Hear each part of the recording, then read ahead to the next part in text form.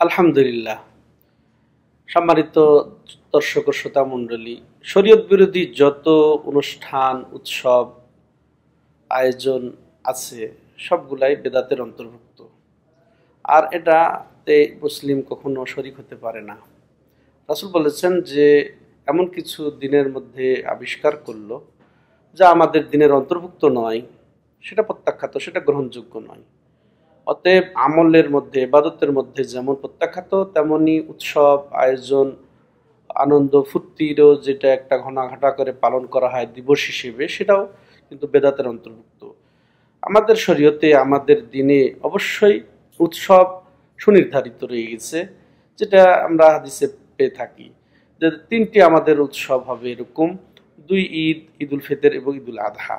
তার সাথে জুমার দিনকেও রাসূলুল্লাহ সাল্লাল্লাহু আলাইহি ওয়াসাল্লাম ঈদ বা উৎসবের দিন অভিহিত করেছেন মুসলমানদের জন্য। এই হচ্ছে সুনির্ধারিত আমাদের আনন্দ এবং উৎসবের দিন। এছাড়া আমরা যত শুনি না কেন বিভিন্ন দিবস পালনের ক্ষেত্রে, সেগুলো সব সম্পূর্ণই কাফের মুশরিকদের তৈরি করা বা এদের প্রচলন খ্রিস্টানদের প্রচলন। তেমনি এরকমই একটা উৎসব আমাদের সমাজে ছড়িয়ে গেছে, নেওরোজ বলে। নিউরোজ আসলে নতুন দিবস এটা হিসেবে পালন করে খ্রিস্টানরা, পারস্যরা এটা শুরু করেছে। প্রাক ইসলামী যুগ থেকে এটা চালু করেছে কাফের মুশরিকরা। তো এর সাথে মুসলমানদের কোনো ধরনের সম্পর্ক থাকতে পারে না, দূরতম সম্পর্ক থাকতে পারে না। মুসলিমের যথেষ্ট করা উচিত এবং তৃপ্ত হওয়া উচিত যা কিছু ইসলামে রয়েছে। আল্লাহ তো ইসলামকে পরিপূর্ণ ঘোষণা দিয়েছেন তার রাসূলের জীবদ্দশাতেই। অতএব আমরা কি মুহাম্মদ সাল্লাল্লাহু আলাইহি ওয়াসাল্লামকে নবী হিসেবে পেয়ে সন্তুষ্ট নই? আমরা কি ইসলামকে দিন হিসেবে পেয়ে সন্তুষ্ট নই যে আমরা অমুসলিম, কাফের, মুশরিক, ইহুদি, খ্রিস্টান, হিন্দুদের কৃষ্টি কালচার অনুযায়ী বিভিন্ন দিবসে মেতে যাব?